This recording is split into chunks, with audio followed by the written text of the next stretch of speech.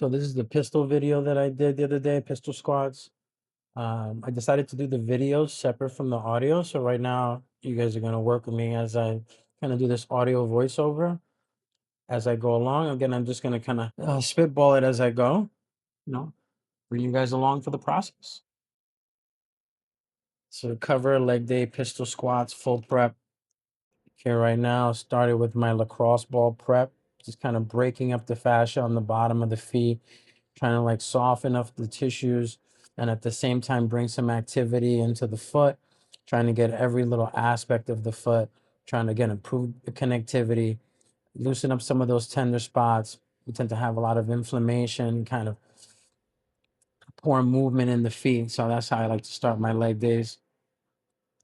After rolling them out, I wanted to do some of these banded walks you'll see coming up here. So I put the band across my feet so that way I'm actually enforcing or trying to create resistance against them internally rotating or inverting.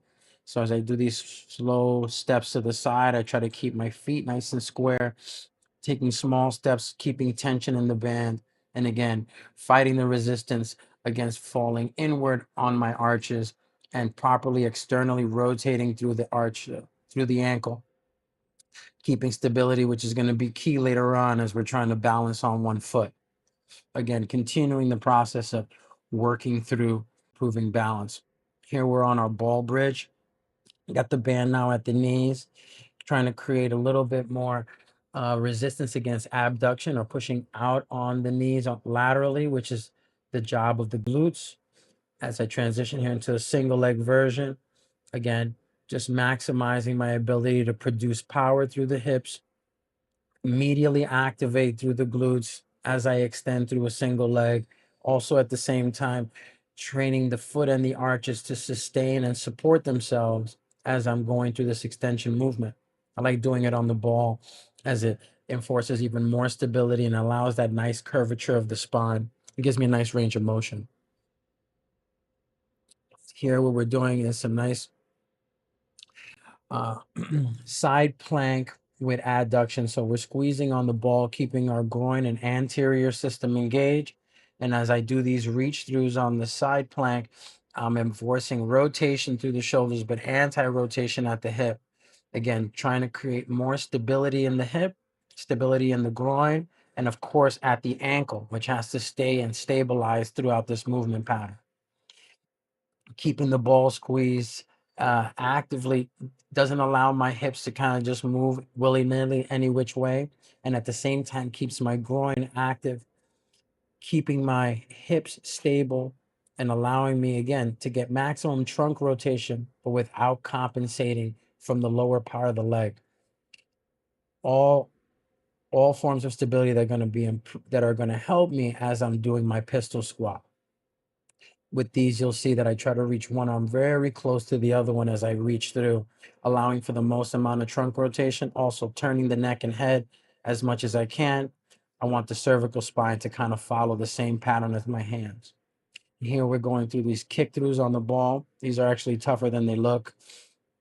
Outside of the rotation that's happening at the hip with the leg that's kicking through and the turning of the shoulders, what we're really focusing on is the stability of the ball with the rear leg.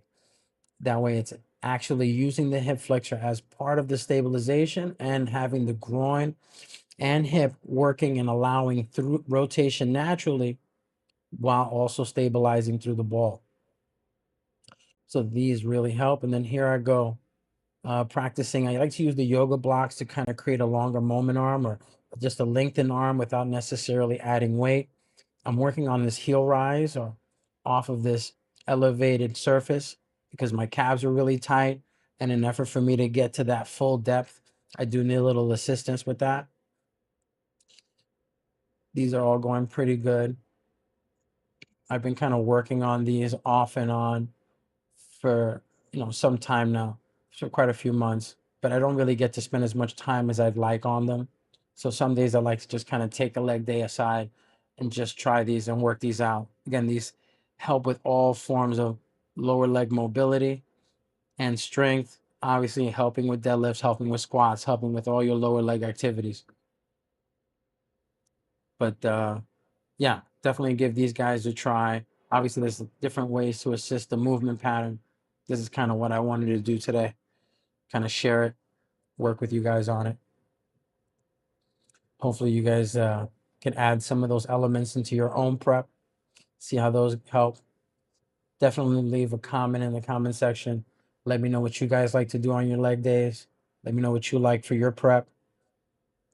I always like adding some new things as I go along over time. But hip mobility is huge. You know, as I get a little older, I start to realize exactly how important it is for myself. And staying loose, staying nimble, staying functional is definitely the way to go. All right, guys. Thanks for joining me on that. Like and subscribe. More about.